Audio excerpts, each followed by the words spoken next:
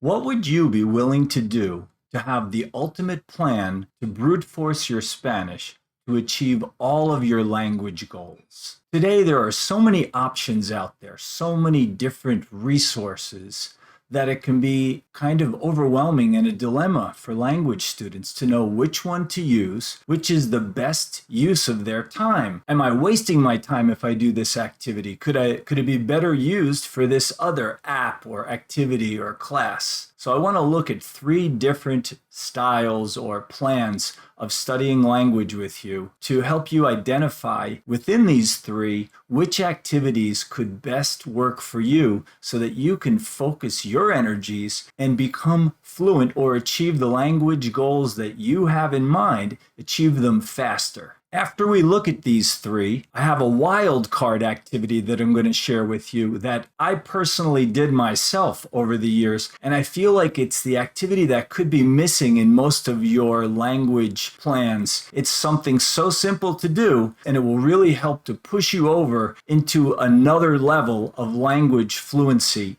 Before we look at the first one, remember you can always book a class with me on italki. I customize the class to your specific needs and really help you to focus in on what you need most.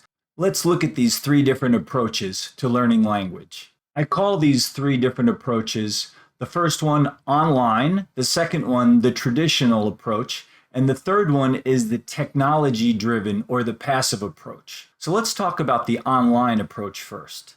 So the online approach is what a lot of people are doing nowadays, and that would be like taking a class with somebody like me, and then having a class with a native speaker where you don't talk about grammar or any correction, not too much correction. It's just pure conversation. And then have another hour class with a native speaker or somebody who speaks the language fluently, where they give you lots of instruction about grammar. A lot of my students do this. Those who can afford it or those who find a way. Sometimes there's ways to have a class with somebody where you're not necessarily paying them. There's maybe a trade. You trade time practicing English with them and they Spanish with you. There's different ways to get around that, but many people now are able to find a way to have these like three classes like this. They're also practicing some of the things that I teach, like reading out loud, listening to music, watching TV, listening to blogs, and they also work on their vocabulary and writing skills. Let's look at the next one now.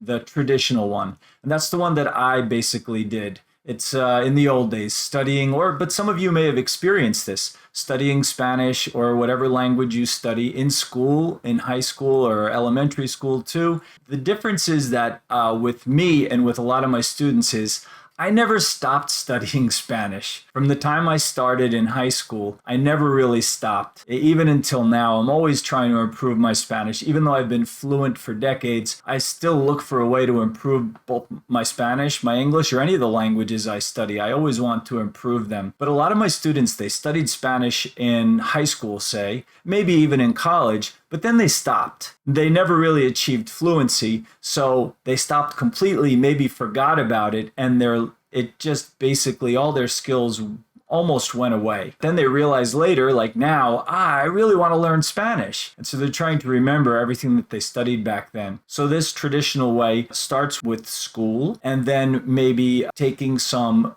courses in college where you're not studying Spanish, you're actually taking a class that happens to be in Spanish, like a history class or a literature class, but it's taught in Spanish. And then you also start speaking with some native speakers. And like in my case, I just tried to immerse myself in the language in every possible way I could. And this was pre-internet. This was back in the 80s. I would watch TV an hour a day in Spanish with no subtitles. I would read out loud. I listened to music every day in Spanish. And I would read every day and look at vocabulary in a paragraph or two or a page and underline the words I didn't know and work on building my vocabulary.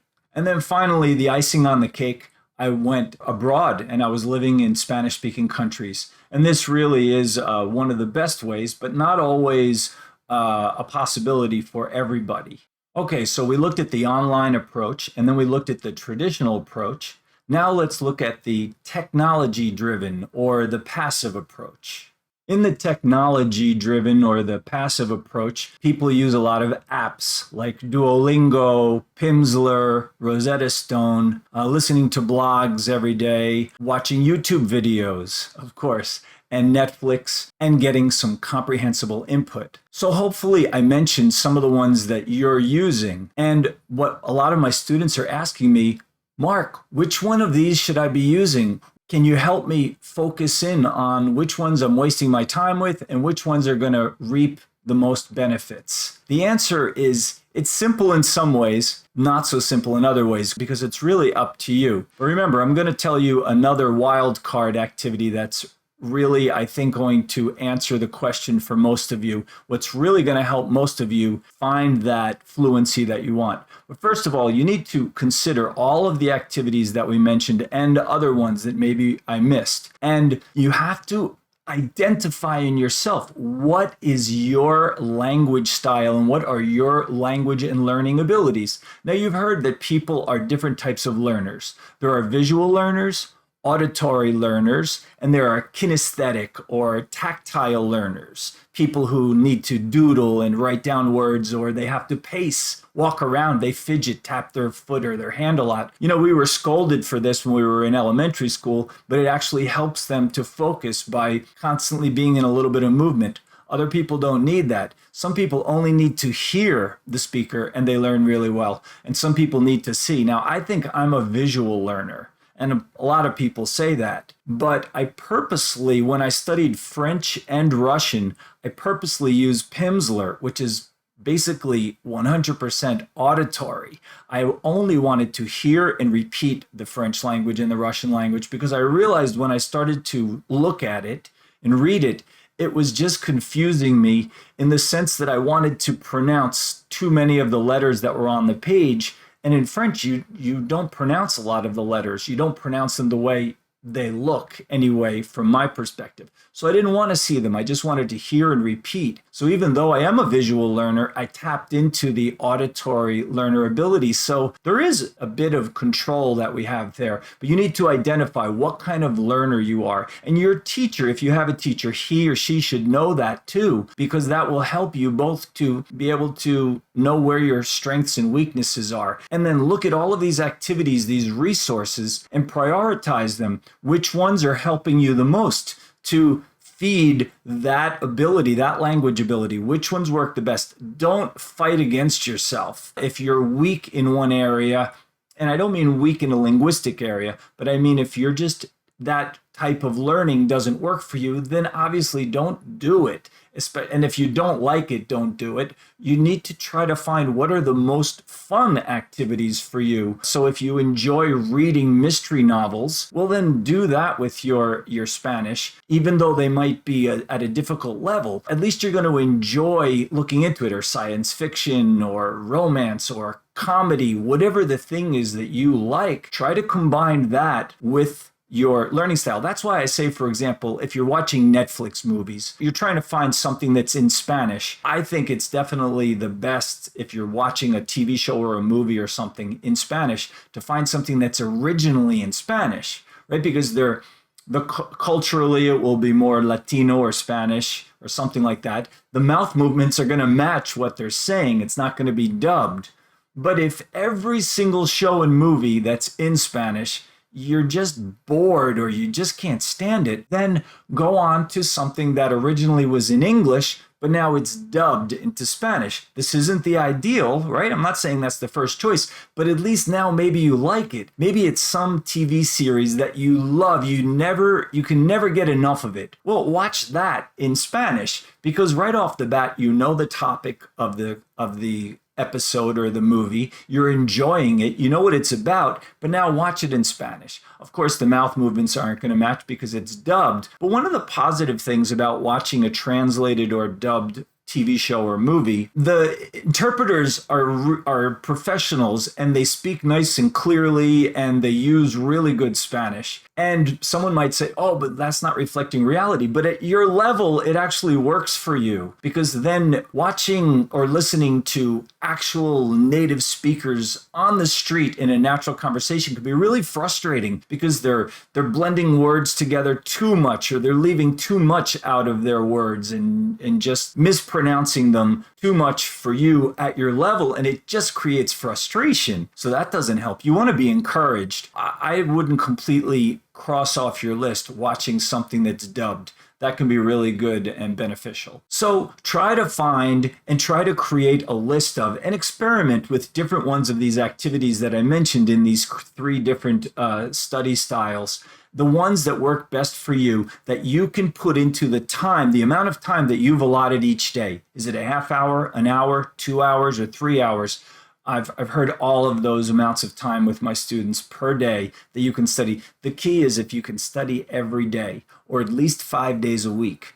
You need to be getting that language coming in every day if you can. It's the best way to improve your Spanish. You will make progress that way. Identify the activities that work for you. It's a simple thing, but now here, what's that activity that I've been holding back? This is something simple, and I feel like most of you have been touching on it already, and that is find a tutor, find tutors, 3 different tutors possibly, or 1 or 2 that you really like a lot, online on italki or whatever online platform you use that you can have a face-to-face conversation with, and book 3 hours in a row with that person or with 3 different teachers.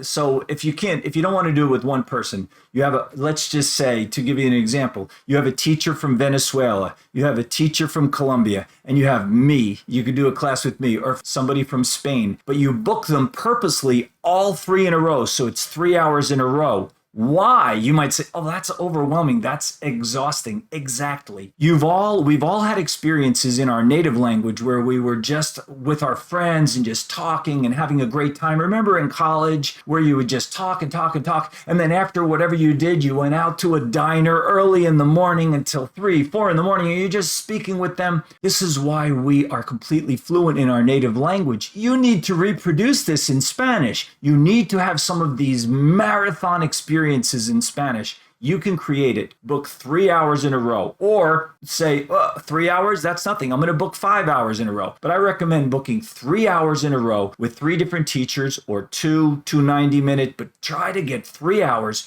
where you're only speaking Spanish, and you tell your teacher that day, I don't want to hear a word of English. Today, let them know what you're doing. I'm doing this little marathon, and I'm going to do it once.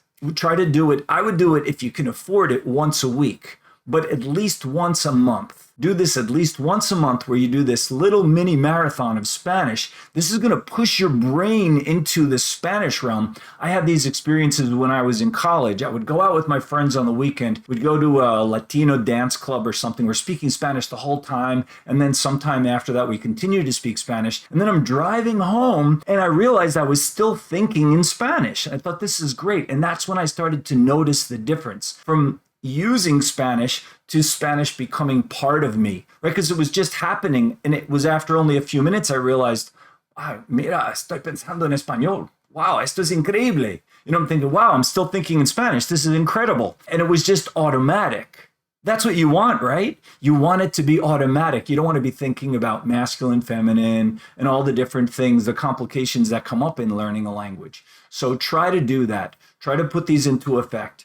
Please let me know what you think. Give the video a thumbs up, a like, share it with your friends, and let them know if you like the video. Please leave a comment. It really helps with the algorithm and getting other people to see it, and it helps to support the videos. So let me know what kind of plan you come up with. Which of all these activities that I mentioned, what are your top 3 or 4 or 5 that you are going to use in your plan. What is your typical plan and how do you study? And what was one of the activities that I left out, or more than one, obviously? Let me know which thing that you love to do that I left out that really has made a difference in your language learning. And let me know which one of these you plan on doing and picking up. And I hope it helps you to become fluent and to achieve your language goals. Remember, millions of people speak Spanish fluently, and you will too.